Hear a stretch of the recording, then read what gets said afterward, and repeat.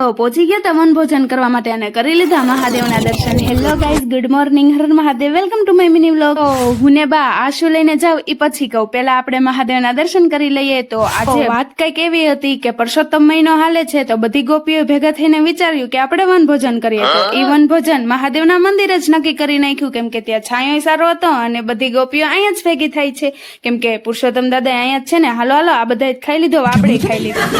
તો આપણે ઘરેથી ટિફિન લઈને નીકળી ગયા હતા વાડીએ જવા માટે, કેમ કે વાડીએ આ લોટરી હાલતી. તો પપ્પાને તો આઈના જ રહેવાનું હતું, તો બધાથી પહેલા ટિફિન દઈને પછી જો આપણે નીકળી ગયા ઘરે જવા માટે. ઘરે જઈને આપણે પેટ પૂજા કરી લીધી. પૂજા કરીને આપણે કરવાની હતી કઈક ક્રિએટિવિટી, એના માટે ગરમ પાણી જોતું હતું. તો મમ્મી ગીઝરનું તો બગાડવા દેવાના નથી, તો આપણે વાડી આવીને લઈ લીધા લાકડા ને લાકડા લઈ આવીને જો ગરમ પાણી મૂકી દીધું. જો જ્યાં સુધી ચૂલે ગરમ પાણી થાય છે ત્યાં સુધી આપણે બહાર આટો મારી આવી.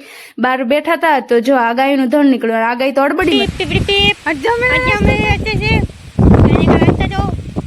आज मेरा बहुत काम बाकी है, पता नहीं घर पे काम बाकी रख के आई हूँ.